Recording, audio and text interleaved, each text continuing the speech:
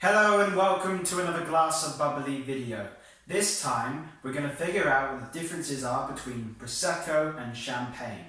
Prosecco and Champagne, amazing areas. We've both been there, haven't we? Yes. Prosecco region and the Champagne region. Very different but both spectacular and really dream locations to fall in love with. But for this article in question, it is really looking at the differences between the two wines that many people were confused. A lot of consumers, maybe if you're at a party or at an event, may not know what's in their glass. As long as there's some bubbles in there and it's a sparkling wine, everybody's happy. But for more so the connoisseurs, the ones that know what's what, there is a massive difference between these two wines. And just for this tasting here, we're going to look at the differences in flavours and aromas from the two. So just going to do some champagne here. We're going to open up the champagne. And so this is Champagne Fagnol et Fils, and it is the Agopin Brut. So it's a good grower champagne. It's kind of the standard champagne that you can purchase and enjoy. And likewise, we're going to go for a relatively standard Prosecco. Here is the Riccardo Brut, the DOC from Treviso, and we're going to pour this as well. Fresh bottle of this one. And we're just going to compare the two. There's a healthy pop. Here we go. So we're just at a party, we're just at an event. We've treated ourselves to a bottle, we put it into our trolley, into our shopping basket, brought it back home. And we just want to see the differences between the two. But normally the difference between the Prosecco and Champagne, the biggest difference is where they come from.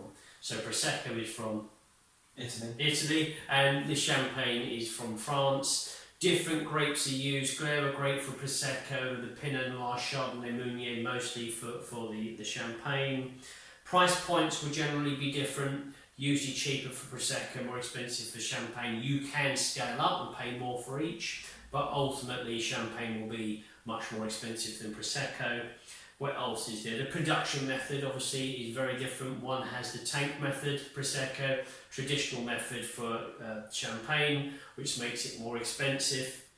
The Prosecco is usually a wine to release quite young, just a few weeks after the production, it's in the bottle and it's off onto the shelves, whereas Champagne has to have a minimum of 15 months down there in the cellars before it can be sold, and 3 years if they're looking for a vintage. There's other characteristics which we'll see here. The bubbles usually are larger in the Prosecco because it's a younger wine, and definitely the aroma. So if we go for a Prosecco aroma here, it's very punchy actually, very expressive. But so you've got young fresh fruits, mostly apple, mostly pear, a touch of citrus. You'll get the floral notes in there as well. Good kind of bubbles around the rim, but as I say, larger bubbles. Fresh, young, fruity, silky, almost creamy taste sensation. Not too complex, very refreshing. And both these styles of wine, Champagne, Prosecco, pair wonderfully well with different foods. They each go with the different foods very, very well. But this is an easy drink. It's not too difficult, it's not too deep and complex.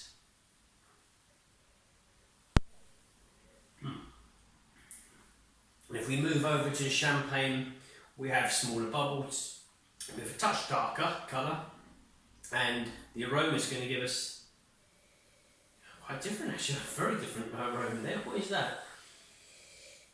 I started off as a dark chocolate, but it's not, it's coming away from that. So normally it's a brioche kind of citrus, I think that's what it was. Yeah, I was getting chocolate croissant. Chocolate croissant, that's what I had, so amazing, is it? But this just shows you champagnes are far more complex in aromas. It can give you nutty, it can give you the citrus, these Yellowstone fruits, edging towards tropical. You've got the honey, you have got the kind of sea breeze characters as well.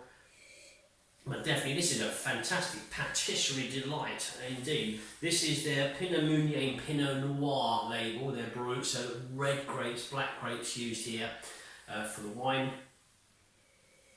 Very good on the nose, wonderful, but totally different to the Prosecco. You really look how long we're actually studying the nose compared to the Prosecco. So there's a lot to take in. We're going to go for the flavour.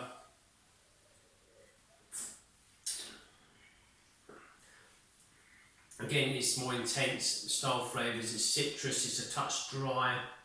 You've got, again, a wonderful patisserie layer in that flavour.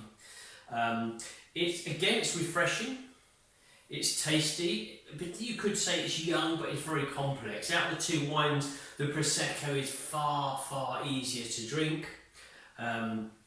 It's a touch a little bit less on the alcohol, only 0.5% difference, 11.5 for Prosecco, 12 for the Champagne.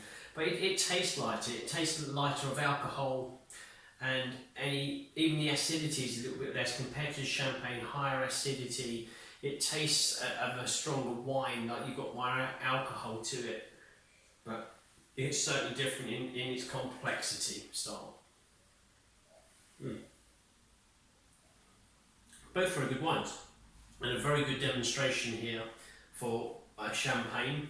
Fagneux, this is a small grower, a kind of small independent winery. Matthew's the winemaker. We've been there, haven't we? Yeah. So lovely place, small production, a nice few labels that he does, mostly local, but a few sales abroad. We haven't been here actually. I don't think I've been to the Riccardo, but nonetheless we've been to Treviso, been to Italy many times. So once again, a smaller, lesser known kind of Prosecco. But this is just a good example of each, so more or less on the same level where they are in the market, but one for Prosecco and one for Champagne.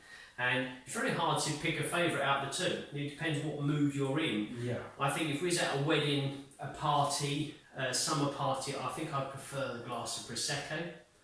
I think if I was at a dinner, evening time, at home, wanted a 10-minute, a little bit of spare time to myself, I would opt for the Champagne. Light foods, canapes, maybe light fish, white fish, pasta dishes, some soft cheeses with the Prosecco, and with the Champagne it's a little bit more intense. It can cut through some fatty, greasy dishes, so it can go for the main course with the Champagne. But really good examples of each, very different in style. Both fizzy wines, both a glass of bubbly. But for those that want to find out more, read the blog, watch this video, and you'll see the points that we've made in there. The biggest things is Italy and France, the differences, the country, the production method, the price point, the grapes that are used for each of these wines are vastly different. So until next time, Enjoy the fizz.